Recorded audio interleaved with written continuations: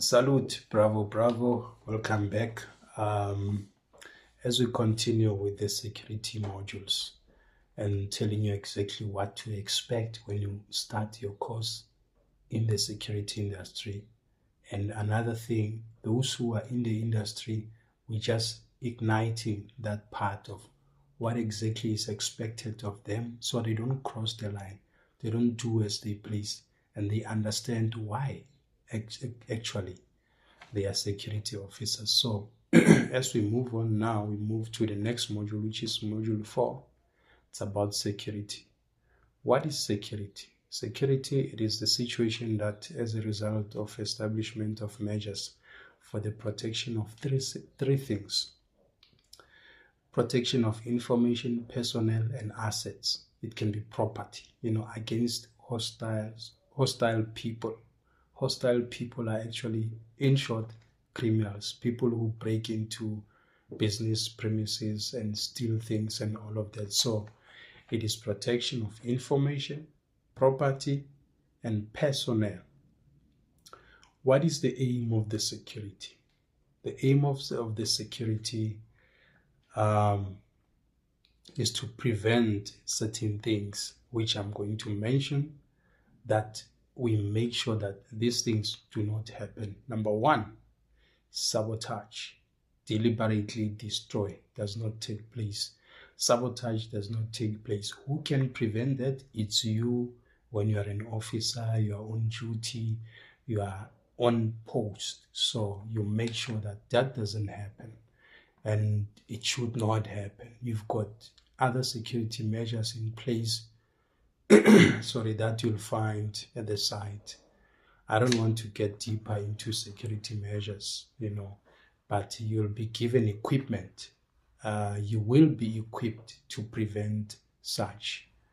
And always consider your safety when you prevent anything from taking place. You yourself need to be safe. The second one is terrorist action does not succeed. Terrorism, we all know what is terrorism. Terrorism is more like someone who's behaving as an antagonist or the barbaric way, who wants to cause chaos, who wants to destroy property.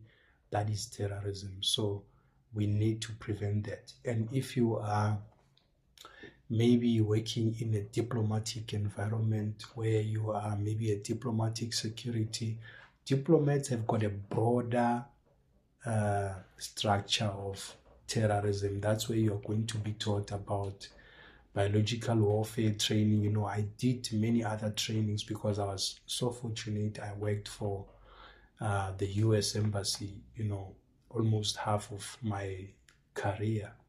I spent my time there starting from the lowest level until I became the site manager, where you need to fully understand the diplomatic side of security, dealing with diplomats. Diplomats are basically people who are coming from foreign countries, working in your country.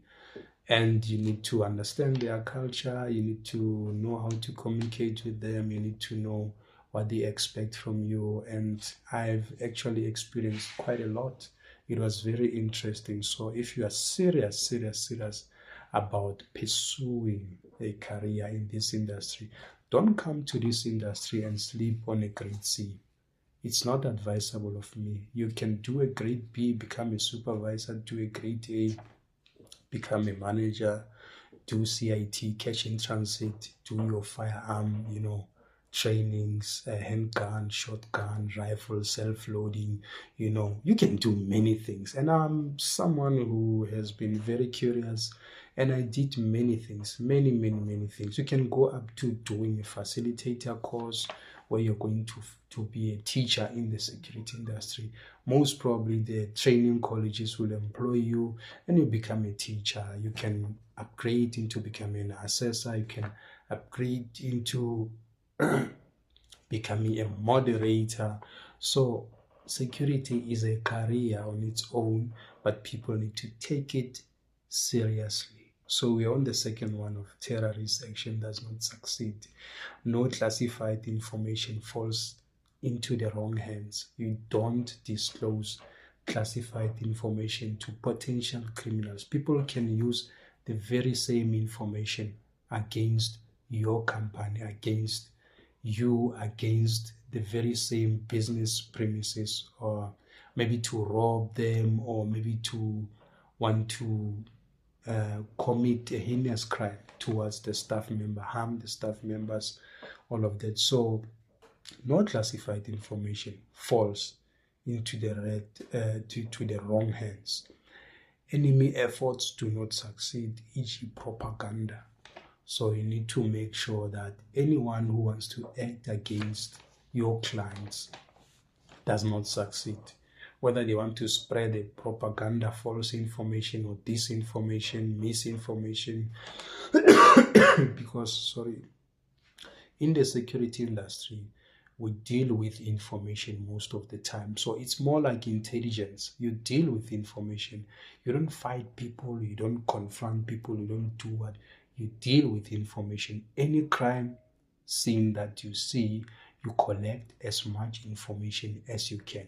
3 robbers, description of the suspects, all of that. You deal with information. You need to document the information.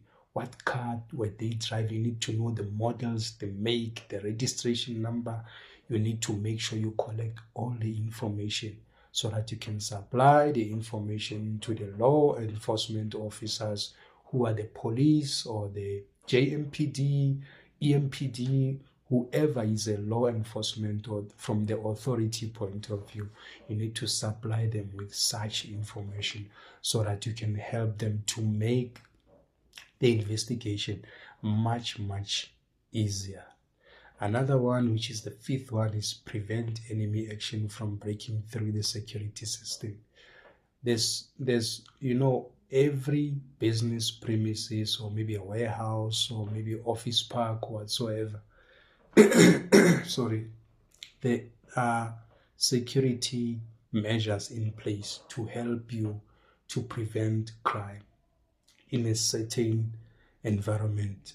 So when you are there, you need to know all those preventative measures that are used as security system. We talk about electric fence, we talk about motor gate, talk about CCTV cameras, many other things.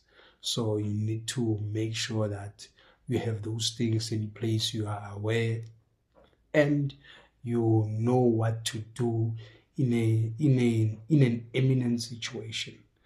Another thing that I've mentioned is to facilitate investigation through SAPS. So you need to work hand in hand with the South African Police Services. When there's an incident that happened, they will come and want to know. You remember that case at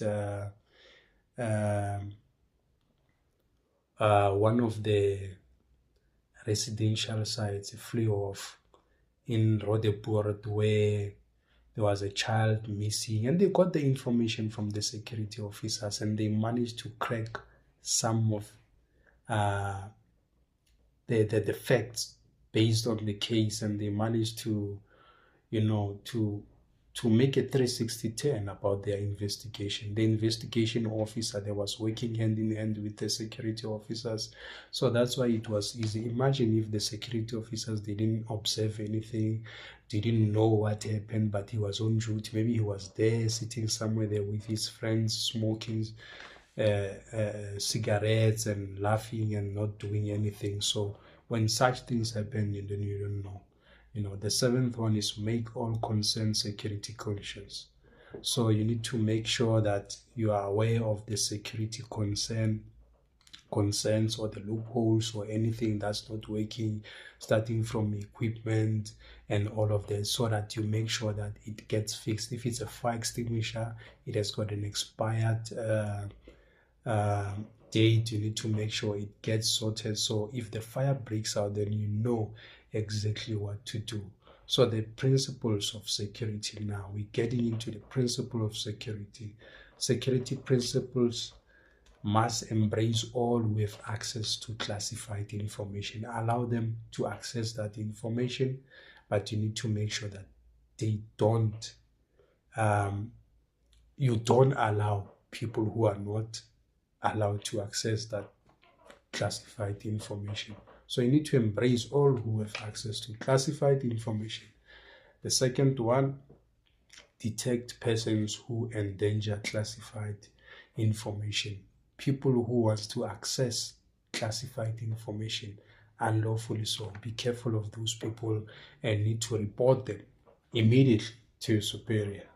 The third one, prevent access of classified information to the unauthorized persons. It boils to the same pot. Make sure you protect the information. The fourth one, which is the last one, classified information should be made known to those who really need to know.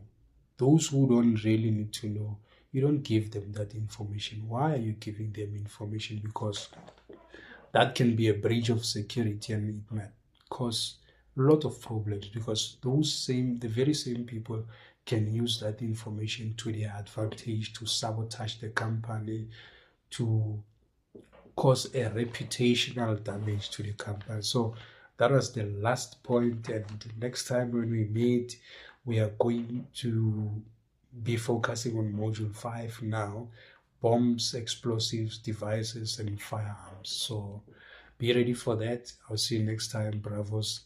Have a good one. Ciao.